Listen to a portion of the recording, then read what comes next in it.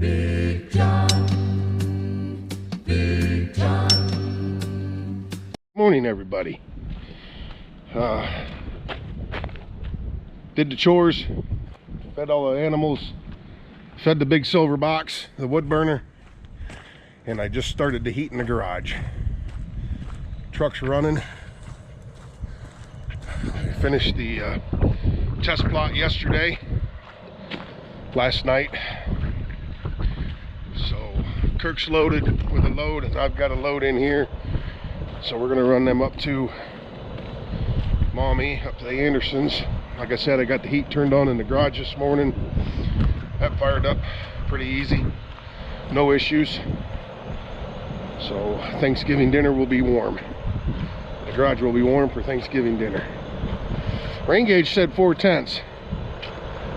I don't know if my rain gauge frozen broke or not. It looks a little wetter than that. Guess I'll have to put a new one out next year.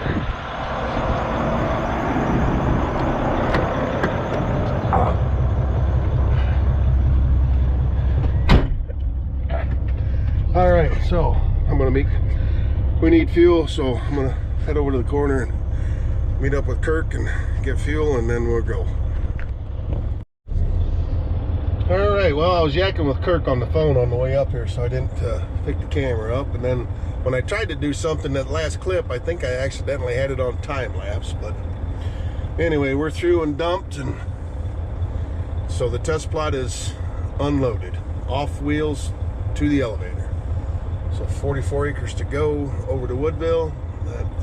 4/10 of an inch of rain is what my gauge said, so there's some puddles. So we're gonna go home and clean garage up and get ready for Thanksgiving, and we'll probably continue shelling corn next week. So we'll catch up with you at home. Okay, made it home. Got her parked out back here. Talked to Joni on the way home. Well, actually a Snapchat call. So she had the little one with her, Ada, the youngest granddaughter. So it was nice to see her. So anyway,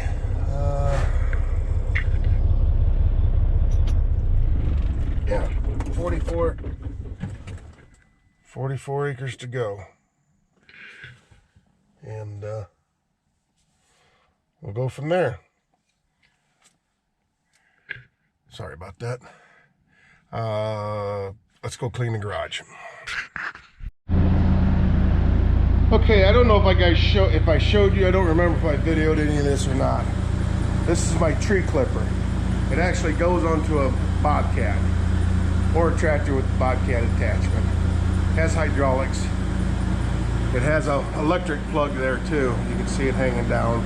That's for this cylinder. There's a solenoid block over there that goes from this cylinder to that cylinder with a momentary switch, and what that cylinder does is it rotates this head 90 degrees or flat. But the problem is wear and tear on and my gap wasn't closing up. And these eccentrics in here are welded from the factory. When they build them, they get the eccentrics set and they're welded, so you can't adjust them. So what I did was, it took a lot of heat and then some big bars, and I unscrewed this end off of this cylinder. Pulled this pin, pulled the end off. I had it laying here, I had the cylinder blocked up, and I got it broke loose with, like I said, a lot of heat from the torch. Got it spun off of there. So I just put it together and I left it a turn and a half off and pinched her together, and she's all but together right there. And I measured that, and that is about 95 thousandths right there.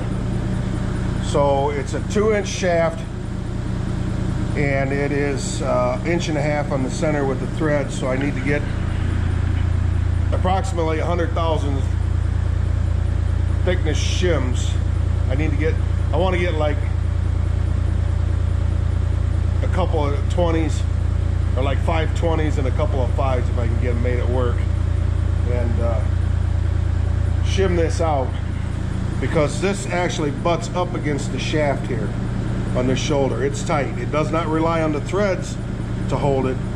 It butts right up against. So I want to get shims to fill that gap right there.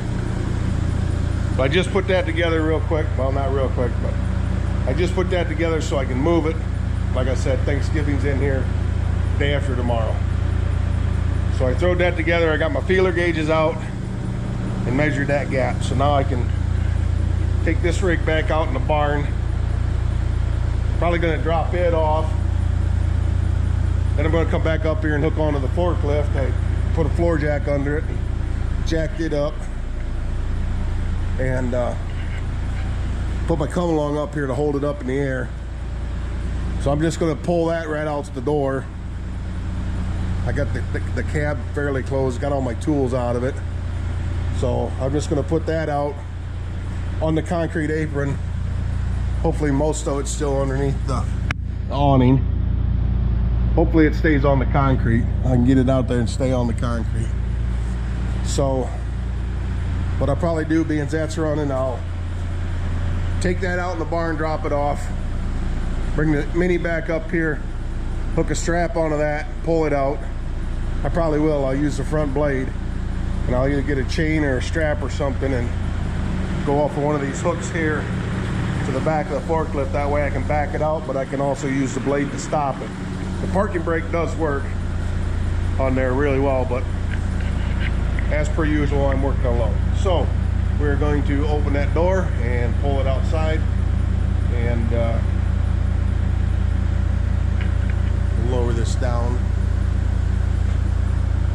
Kids don't do this at home, operate it from outside the cab. It's very dangerous. We're low enough to get out. So, like I said, we'll run this out, put it in the barn, come back and move the forklift. Okay, hopefully you can see what's going on. I'm sitting in here sideways so that the boom is not in the garage.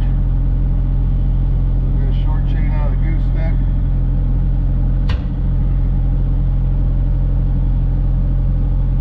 Hooked her nice and short so she can't get a running start on us.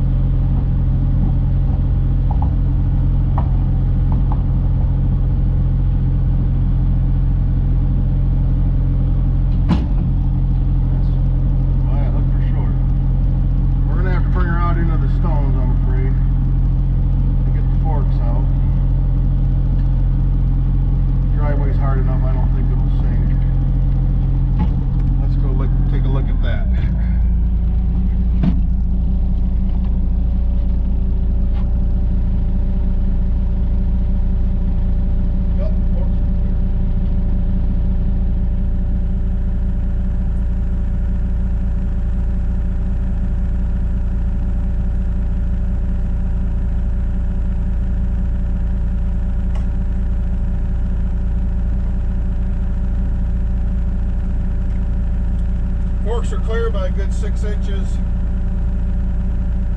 we'll unhook the chain.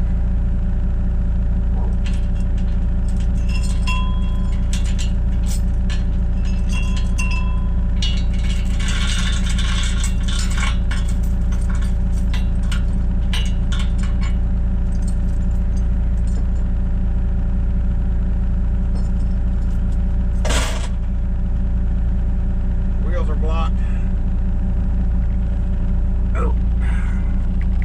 Oh, close the door. Get wet.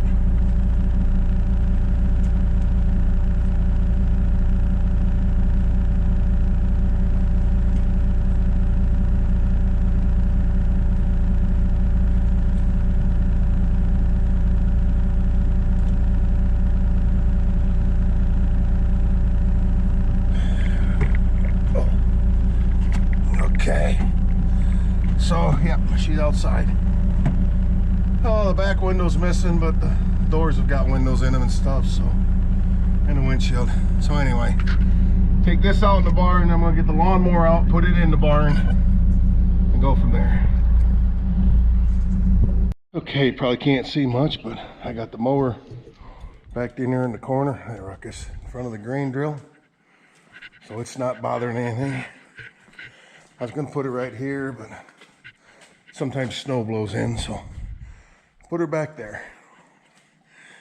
And the Mini's over there. Clipper's in there for now. So yeah, I think we'll close the door, and I think that's about it that's coming in here. It's drizzly out. Misting out again.